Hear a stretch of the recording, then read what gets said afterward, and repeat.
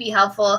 I think you all already understand. I don't know if any of you were like or have like what your experiences with like teaching or all of that, but a little bit about what I know. I've been a teacher for 14 years now, and I've seen education go from somewhere where you were able to be like a very creative to all the way to this place now where we're at, where it's very like it's sort of scripted in a lot of ways based on like whatever the standards that we're expected to teach at any given time.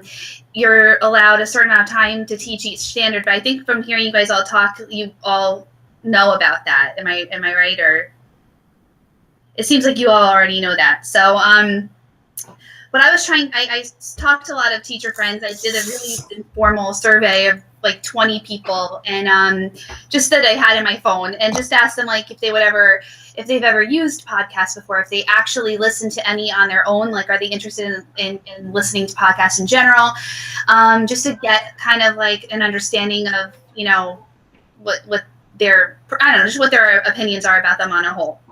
So it was kind of it's sad when I realized out of 20 people, only 3 people actually regularly listen to podcasts.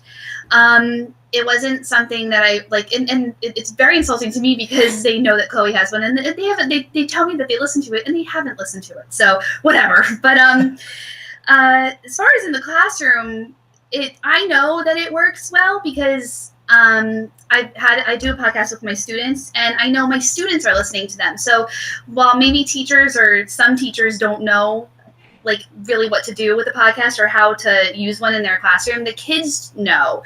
And that's, I thought was kind of interesting. I don't know what you guys think about that, but I thought that was more interesting. Like I know my students know what podcasts are, I know my students listen to them, but a lot of the teachers that I work with maybe are not so sure. So I think that I can skip past all the core content standard stuff unless you feel like you need to want to know about it. Does anybody, from listening to you talk, it seems like maybe some of you knew. Does anybody, does anybody want to say, like, do you all know what they are, or? What do you say? I don't want to go over a lot of stuff you already know. Do you mean what the actual standards are, or kind of just a general sense of what Common Core means and that sort of thing? Because I know what Common Core is, but I don't necessarily know what specific standards are, I guess. Okay. All right. That's good. That's a good place to start then. Okay. So the core content standards are what we're expected to use in most public schools. Well, I guess in most of our country. I have a map. It's on the Common Core website. Some of you may have seen it. I can bring that up for you. I lost a lot of my stuff when I was, so I could bring it up for you. It'll show you all the states that they're being used in right now, which is most of our country, but the rumor is that it's always like ready to disappear. When and if it does disappear, I'm fairly certain it'll just be replaced by something maybe even more stupid. So when I first started teaching, it was not this way. So let me see if I can get this for you to see. I could put it in the chat. Let me see. Okay. You guys are going to think I'm the biggest idiot. How can I, wait, now it's printing. How can I bring up how can I show you like a link? You can just link to it in the chat, and that's the top icon on the left. Oh yeah, and Brennan's got it. Okay. So if you go to the core content standards website, I'm putting it in there right now.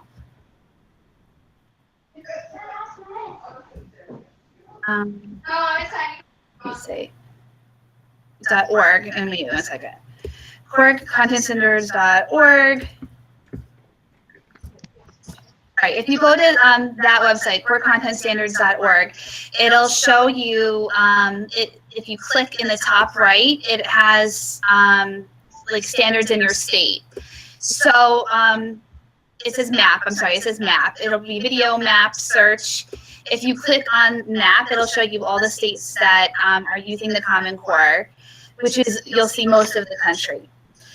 Also, on the same website, you can see that they list what the standards are. So it'll say like about the standards or read the standards. And you can see they're designed really between English, language arts, and math. Apparently, every other subject at this point is just like a lost art. So it's really it's supposed to focus on 21st century thinking skills, but most of the standards really address like reading and math. While there are, of course, like a smaller groupings of standards for other things, but basically, every teacher gets a list of concepts that they need to teach, throughout the year. Each state develops like their own model curriculum, and that can be found on like a state website. So I have for you guys I'm going to put it in the hangout in the chat too. I have the New Jersey ones just because that's what I'm familiar with for you to look at. Let me just cut and paste it for you. Where is it? They have on the New Jersey Department website, for example, they'll say like things that you can, like a model curriculum. Then it's broken down from the model curriculum, like per state, into each district is allowed to decide what they do to teach each standard. So, for example, my district will design activities to teach each. So if you walk into one third grade classroom, they'll be teaching the same thing as another third grade classroom. If there's a time frame and a certain activity that everybody should be working on, that way if like someone from the state walked in, everybody on that day would be working on the same exact thing, whether they're in the resource room because they have learning disabilities, or whether they're in the gifted and talented program or anything in between, they're all working on the same concept at the same time. I guess it's in an effort to level the playing field, but in my experience, it's making it more difficult for kids to reach things in their own way. So as far as like podcasts, what would be tricky, I think, for a lot of teachers is that because our curriculum is so dictated to us. It would be hard to go off the grid and do something very different. So I think a lot of teachers, especially now, are getting frustrated because you used to be able to be creative, and now you're kind of like told what you have to do, at least in public school. And that's where my experience is. I've not taught in any other realm except for public school. So there's that. I think that for podcast, the best thing in talking to other teachers, the best thing would be that if we had not only a way to like show what you guys are creating, not for Chloe's Friendship Circle, we're not in the same capacity I think as you guys are, but like I heard you talking about search engines, and that would be great, like a way for teachers to search for specific subjects. So it can't just be like, we're talking about like a story today, and it's about like pairs. It has to have a specific standard attached to it for a teacher to pay attention to it. If they have to look for the standard in something, I feel like a lot of people are so busy they won't. Like they just won't look for it, and they'll just be easier just to give the activity that that they've been told to give. Is that making any sense? I'm kind of just babbling. Can I jump in for just a little bit? Kind of give you my perspective as a educator. Can you guys hear me fine? So I saw that Kara's screen closed. Okay, cool. So I'm thinking, we're trying to. You said something about leveling the playing field, and I mean we have someone here that does homeschooling, and there's, nowadays there's a different environments that we teach in, with public, charter, and independent, and all of that. So, but what I'm thinking is that at least with a niche or the podcast community, reaching out to what's established in the EdTech environments. So a lot of the teachers out there are very open and very flexible if you look for them in the right place, like the podosphere, or we would call it. And those teachers are already doing a lot of this on their own, or they have classrooms that are open to things like Genius Hour, or to things like more student-centered classroom, and those kinds of environments where you don't necessarily need. I mean, I know that we want to reach out to all teachers, perhaps, or all educators, or anyone that's out there that's looking for podcast content. But at the same time, there's a huge group, I would say thousands of educators out there that have a lot of autonomy regarding what goes inside their classroom. Besides all the stuff all these rules regarding what we teach or don't teach. Sorry. And so, yeah. I'm sorry, I couldn't. My computer. I'm having the worst problem. My computer just turned off, kicked me out. I'm back in again. Can you just tell me again what you said? Because I'm just. Sure, Kara. I was just saying that regarding how we're going to reach out to educators, I'd say that there's a lot of network educators out there already that are very open and have a lot of autonomy, a lot of flexibility regarding how and what they teach. And so I know that we do have like systems like the Common Core, we have other systems or requirements, and even at the regular at the school sites or whatever. But at the same time, I believe that there's a lot of educators that are very forward thinking and they're doing a lot of things on their own. So we're looking at getting their attention, whoever they are. And there's a lot of us out there. I agree. So I know we want to reach out to everybody and have common standards, but at the same time, there's a lot of people that are ready to jump in right now. I mean, that was it. No, and I agree with you. I agree with you. I do see I do see like a divide between the teachers that I work with that are very like set in their ways, and if they have to reach outside of the box, they won't, because it's too hard for them to try to figure it out. So they won't. And those are the people, I think that those are the people that I'm thinking about.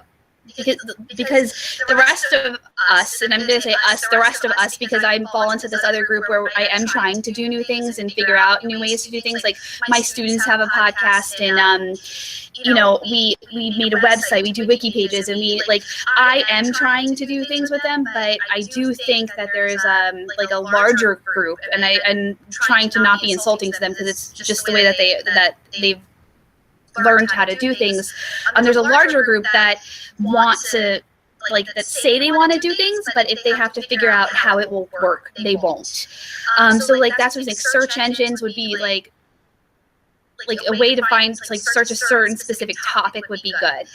And even if on they like to throw around the terms like collaboration and project-based learning and blah blah blah. They love to say those things, but they don't know how to do them. And so what I was thinking for everybody would be that it would be great if there was a way to attach an activity, like an example activity, to a certain episode. So if you were doing something especially in science, if there was a hands-on way to tie it all in, that might be helpful to some teachers. And then I don't know if you guys know about those websites like Teachers Pay Teachers, and I know even a lot of there's a whole bunch of them, but Teachers Pay Teachers is the biggest one I think right now, where people go for a quick intro lesson, or a quick lesson plan, or a unit plan even, that's already created for them. That might be a way to get more people to listen or pay attention to the great work that you're doing. If there are some tangible things that they could print or use or upload to their Google Classrooms or something, that might be something that they'd be interesting, and that could be just the first step to getting them to join in on the rest of it. That was what I was thinking for, just a way to get people to pay attention. Also, for a certain amount of, for time's sake, I think on the shorter end of, maybe shorter and more frequent instead of, one big episode maybe. So, if there's something for, in the, that you're hoping to use in the classroom. I know a lot of schools, in my school specifically, there's rules about how long kids can be listening to something or can be viewing something. So it has to be a way to facilitate a lesson and incorporate listening, and then incorporate an activity where they're working together as well. So maybe if there was a way to give teachers examples of how to do those things, then more people would be interested in using podcasts in their classrooms. Anybody have any questions or anything? I have a question. Hi. There's an echo. I'm just going to mute myself so I don't hear myself talking. Have you ever tried using podcasts as like in like a flipped classroom model where you tell your students to listen to them at home, and then you in class what you do is the activity or the discussion? And how does that work? Yes, we had in the history class. I team taught actually a history class this year with a group of 11th graders who were much more interested in doing things like that than some of the other kids I've known. And we did. The trouble would be that they would come back to class or listening to maybe part of what they were supposed to be listening to, like general high school kid stuff, where like they would listen to like a little bit or talk to somebody else about it. And so we've even gotten away with kind of like not even giving out things for them to do at home anymore, because a lot of kids just don't do it.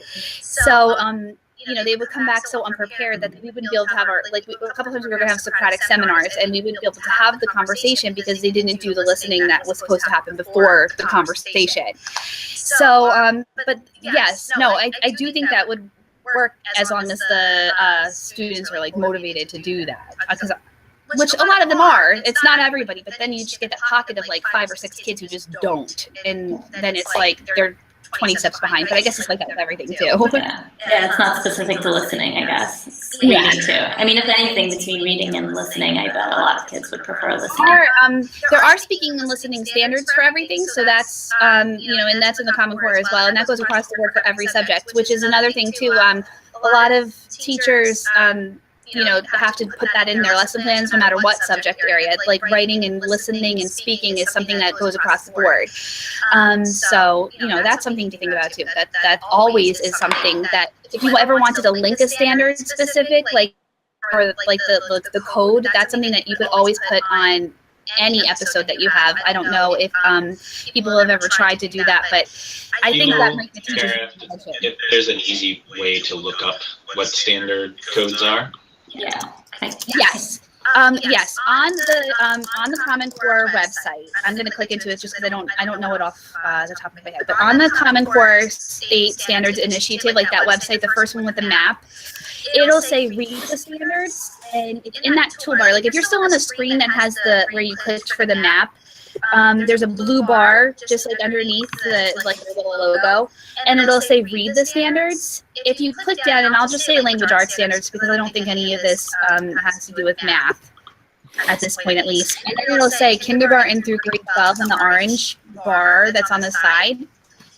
You'll see that kindergarten through grade 12 has speaking and listening standards that you can use, and those could go for really any subject. Like you could apply those to any subject that you're interested in creating your podcast about. Beyond that, it gets subject specific at the end. It'll say history and social studies, science, and technical subjects. I feel like in technical subjects might even be physical education. I think they even have things that they have to do. But for everybody, speaking and listening is something that you can always focus on. So if you go to for example, I teach primarily 10th grade at this point.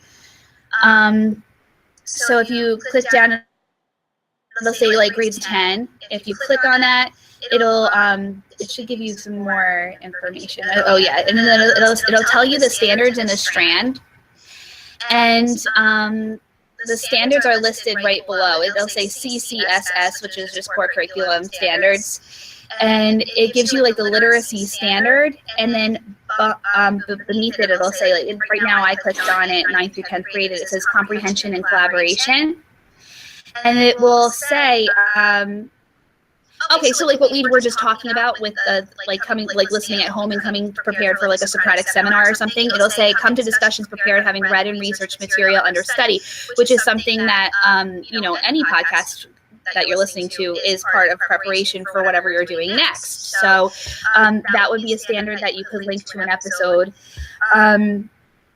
Respond thoughtfully to diverse perspectives. So if they listen to something about something about science, or even making a connection between what they're listening to and maybe even what they're reading, if there's something that they could read that goes along with it, that's a standard too. And if we can maybe attach those standards to like certain episodes of whatever you guys are wanting to talk about, then I think teachers would be like, oh wow, I could put that in my lesson plan, because we all have to write our standards all the time in our lesson plans. So a lot of times, like because you're working and you just get, I guess, lazy, it just turns into the same thing all the time. Like on Mondays we do this, on Tuesdays we do this, because the standards are just attached already and you have to go looking for them. So maybe if people didn't have to go looking for them, maybe there'd be more people who would be willing to try something different. I don't know. And Kara, do you ever use the anchor standards rather than your grade specific standards? Yes, that's what we use in our district. Like for the anchor standards are like how we start our unit plans, and so we're all plan, and I'm not even going to try to open up my overall plans right now because I have this working and I don't think it's, but I can put that up on I'll put that up on Slack too. Maybe later I'll just link it to it so you can see if you want what it looks like. Like the first page will have like our anchor standards and our our facilitating questions, like the questions that we're asking when we first start a lesson, and it's broken down basically into like what you need to teach, and then you work within that. So yeah. Anything that we can do to connect like the standards to whatever the material is something that would maybe draw teachers in and make them pay attention. Yeah, I wanted to ask you talked about teachers pay teachers as a place where people can find stuff.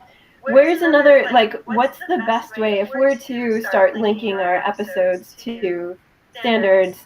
What's the best way for teachers to find them? Should we just put it straight up in the description of the episode, or I think so. I think so, and you know what? I even think that that's what I was thinking when I was trying to think of what's the best way to get people to notice this, because people who listen to podcasts know they want to find them, so they seek them out. But the people who there's a large pocket of people who just don't even know. I had someone when I just asked now, and like I said, I asked 20 people that I have worked with before, and I just kind of picked them randomly from, I worked in a preschool, and then I've taught every grade except for kindergarten and second. So I just kind of spread it out there. I asked special ed teachers, I asked pre-K teachers, I tried to just ask everybody. I had a lot of people who had never listened to a podcast themselves and didn't even know how to get one on their phones. They didn't even know that there was a podcast app. They had no idea. But teachers pay teachers across the board, I feel is something that everybody knows. If you say that, they're all oh yeah, I've used that, or yeah, I put stuff on there. So if there was a way to to link it to there, I feel that would be a huge thing. The people would be oh wow, and then they'd be more apt to looking into other things as well. So that could be a way of just discovery, and also people would be able to make money. So what you're saying here is that we should work on. I mean, it's better than, I guess it's better than nothing. We should work on a nice article that we can post up on Teachers Pay Teachers on explaining what they are, how to use them, and then giving links or something like that. Yeah, I think that would be great because, and a lot of times, now when I'm talking, when I talk to other teachers about, you just even in my school, I have a podcast club in my school where we, the students work on a podcast. They'll be oh, can you help, my kids want to make a podcast. Can you help them make it? And it's yeah, I can help them make it, but there's a lot of great stuff that they can listen to too. That doesn't have to be the only way that you use a podcast in your class by just making one. And so there's that. There's just so much information that's available to them, and they don't know. I feel that it exists. So yeah, they think when they hear oh yeah, well my kids can make a podcast, they could, but that's not the only way that they can get anything out of it. Another place you could pitch the story to is Scholastic has a great teacher. Yeah. And I actually, funny story, before I got this job at Spoke, I applied to that position, and the exercise that they had me go through was pitch an article and write something. So I actually wrote an article about podcasts you could use in your classroom. Here's how you can use it. Here's da-da-da. And I actually got the position, but I chose. So that article still exists. We could pull that up and see if they still want it. I think I've seen it. I actually think I've read it before. I think I did because I remember Maybe they used it.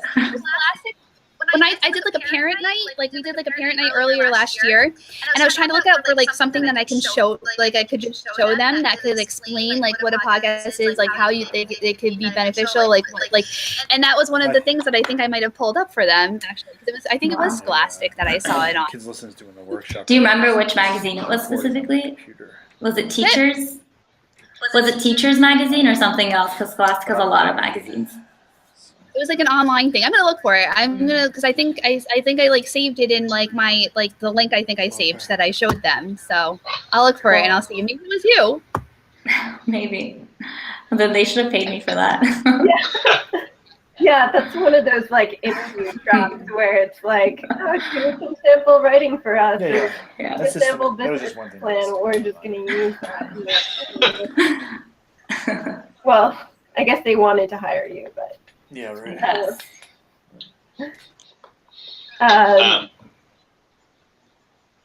I was going to say, I actually had one of the homeschool websites agree to have me do one about that as well. And then I sort of haven't done it yet. They are an interesting group, homeschoolers, because people come at it from such different angles.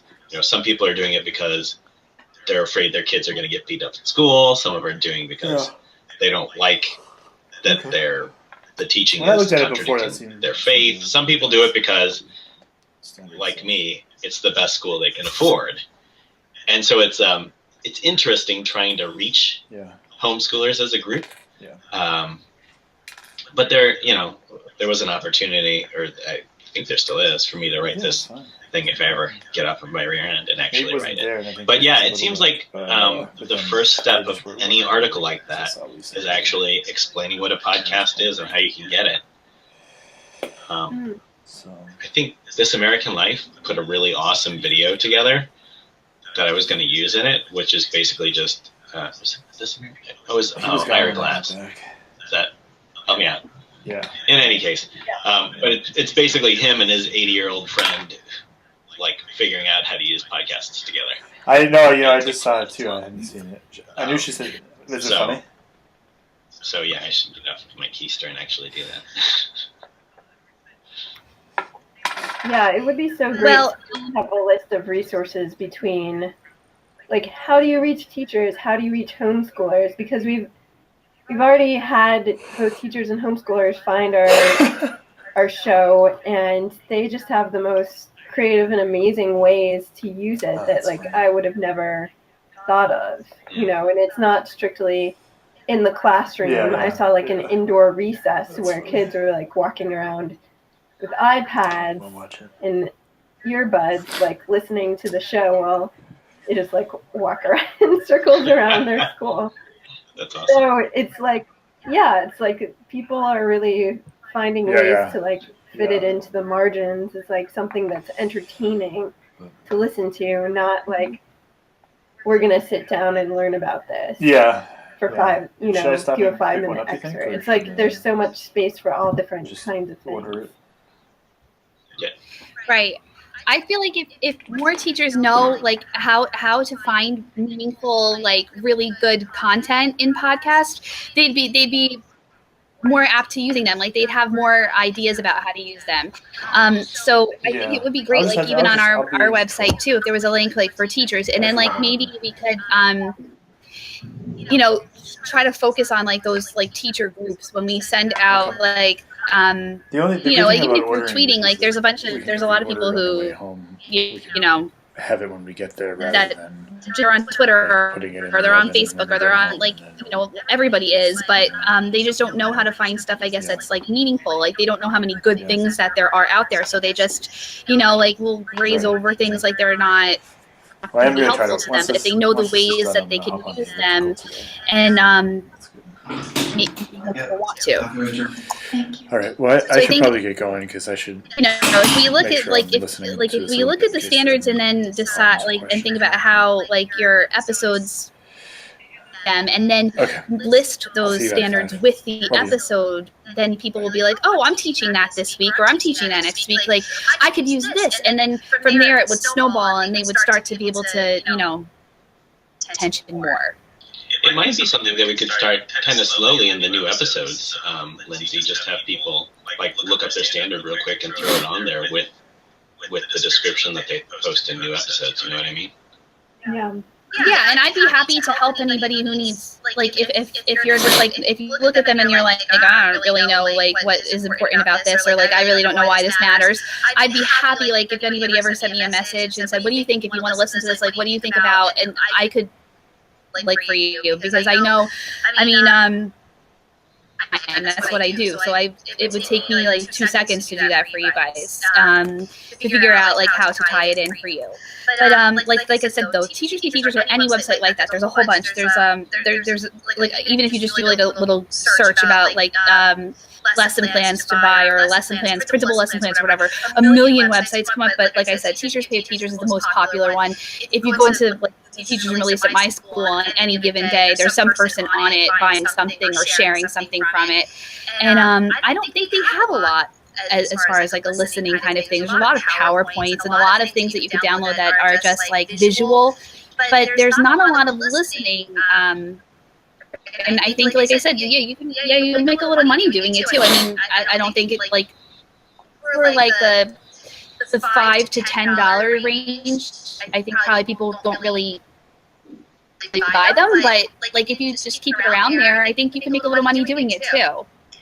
I think there's really the reason people don't think of listening as like a legitimate way of learning is like there's like the image that it gives off to administrators is so like it's wrong. Like you walk into a classroom and what are kids physically doing? They're sitting there. Like it looks so passive that it looks wrong, like they're not learning. So like even if they're watching a video, that's like more legitimate than just listening. Like then at least that's like, that's been done, that's acceptable. But like they're sitting there, like if they have their eyes closed or if they have their head down, like that, like it doesn't look like they're learning. So it's like a struggle that I think we need to like educate people on. Like no, there's actual learning going on. You just don't see it. You don't need to see it. It's the most natural, organic way to learn something. It's going straight into your head. You can have your eyes closed. That's okay. Or you can roam around the classroom. But I think if we are going to try to get teachers to do this and get administrators on board, then like in the lesson plans or whatever we provide people, it should say what kids are doing in that moment while they're listening. So it makes it seem more legitimate, I guess. Yeah, I think on the other hand, Yeah, you guys- if you have a story that everybody is so engaged in that you have like a whole class of kids being quiet and listening, people are like, whoa, it's amazing. So I know like Brains On tweeted out a picture where I think one of the students in the class had hosted a show, so they had like a listening party, and it was just like kids sitting on the carpet. Like it's a picture, so I can't tell if they were quiet, but like I just think that's so cool.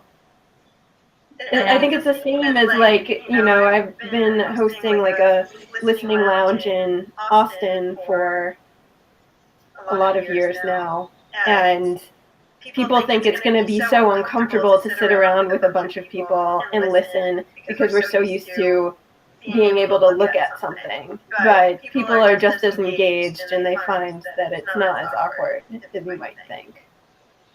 So. It's just a matter of getting people to realize that, I guess. Yeah.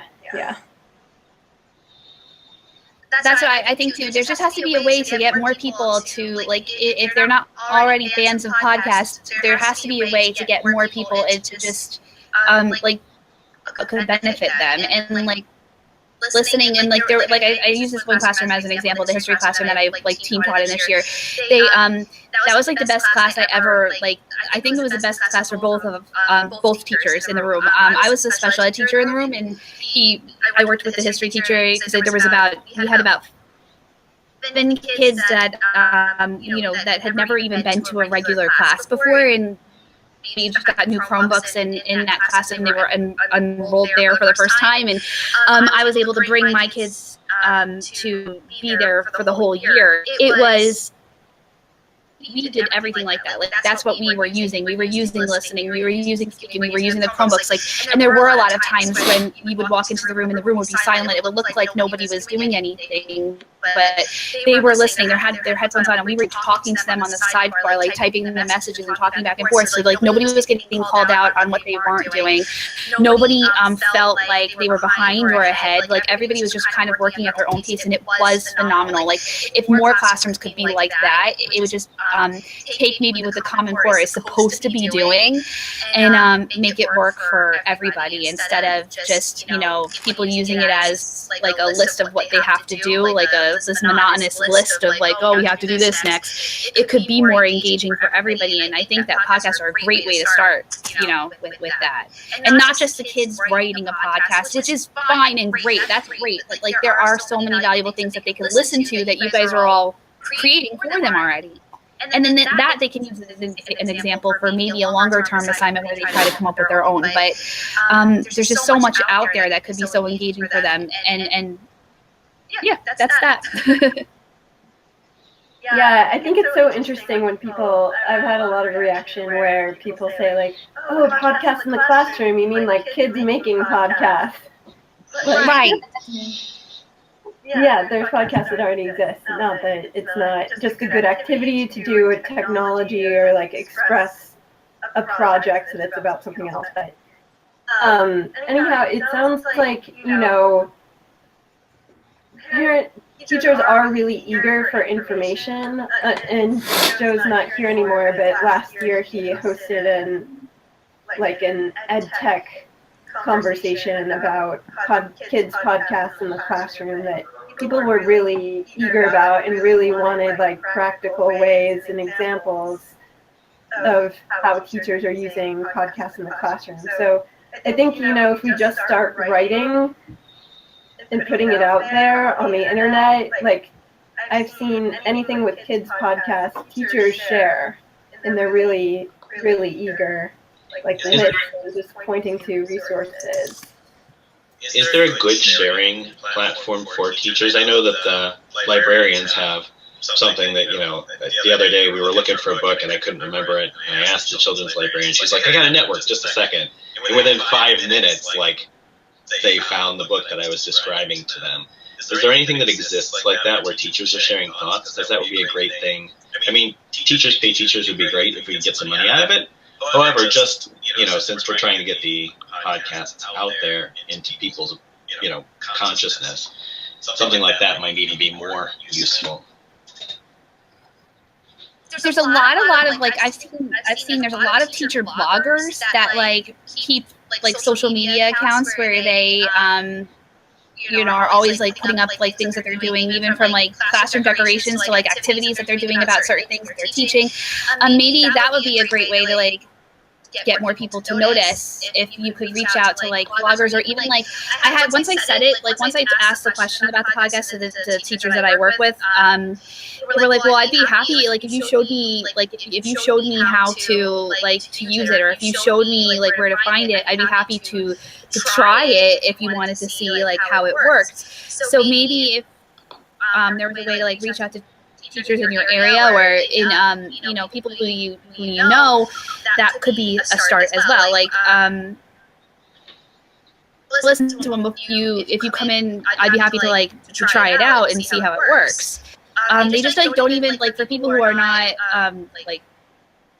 to find it, they don't.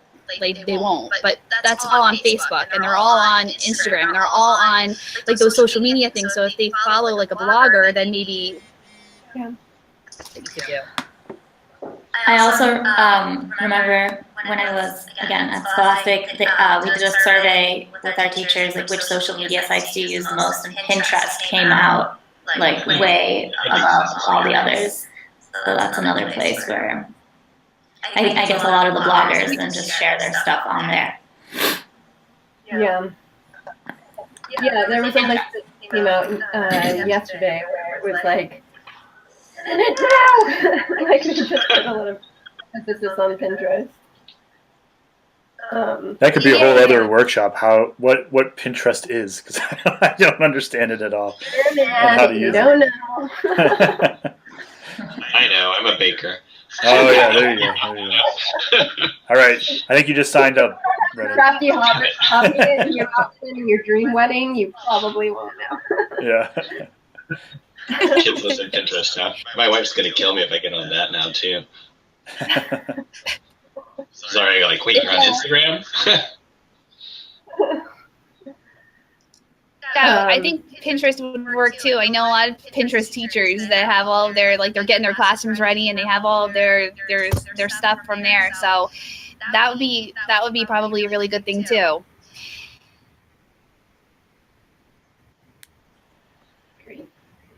Great. So it Does seems anybody like have any like questions about anything? Like, I know I like raised it. If you just, I think looking at the standards really like is a great place to start, because then you can connect the information that you know and your overall message to a certain skill set. And then through there, like I said, all those states that are on that map are using the same standards. And so they might be doing things at a different time, or third grade standard in California, it's the same as the third grade standard in New Jersey, it's the same as in Florida, and but not Texas, because I did notice that Texas is not highlighted in giant, so that's why I noticed that. But like, they're generally learning the same thing. Like, I think in the ninth grade, a lot of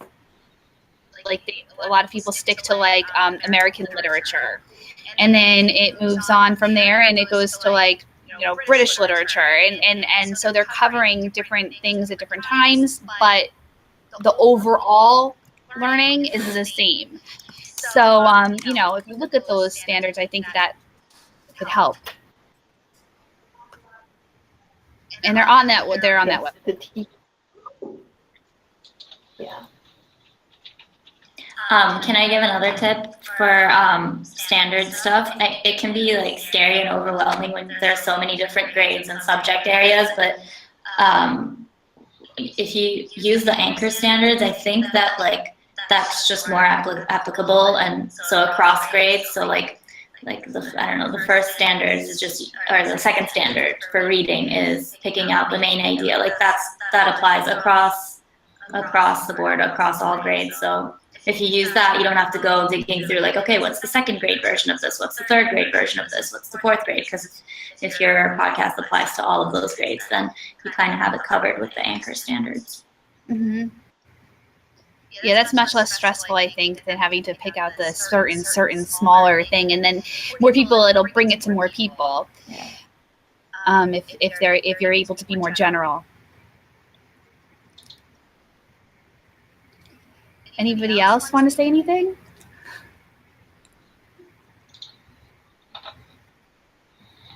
No. Okay. If anybody has anything that they want to like, to have some work to do. Oh yeah. Do another interview.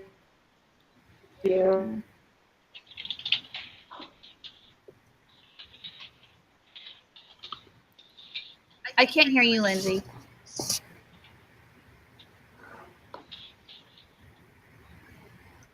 Lindsay, were you trying to say something? Yeah, it looks like she's Oh, she froze. Oh yeah. Okay. Oops. She'll be back. So it sounds like there's an opportunity here for us to kind of take the lead on helping teachers with this stuff. We kind of have to do that, I guess, right? Mm-hmm. Yeah. I think so too. And maybe on our website, if we started with like a like for teachers link, and then you know, like something like that, where they can go and you know, see our podcast and think about which ones would work for them, on a small, like in their classrooms. And maybe if there was just like an easy place to click and look, that's what I think would be Yeah. very helpful. And then share it, and then it'll snowball from there. Great.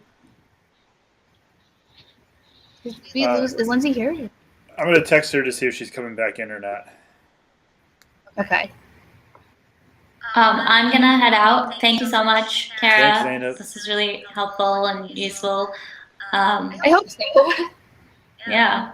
And obviously you're the expert, but if anyone wants any more eyes for standards or resources, I've also done a bunch of that stuff as a teacher and as a curriculum writer, so I can also help out. Awesome. Great. Thank you. Thank you. Cool. Thanks, Anna. Thank you. All right, bye, Zainab. Thank you. Everybody. Bye. Bye. All right. So we're just, I'm getting the 3 dots from Lindsay. Oh, no, she's done. Okay. She's abandoned us. Okay. Bye. All right. Bye, guys. All right, guys. Thank you. Bye. Bye.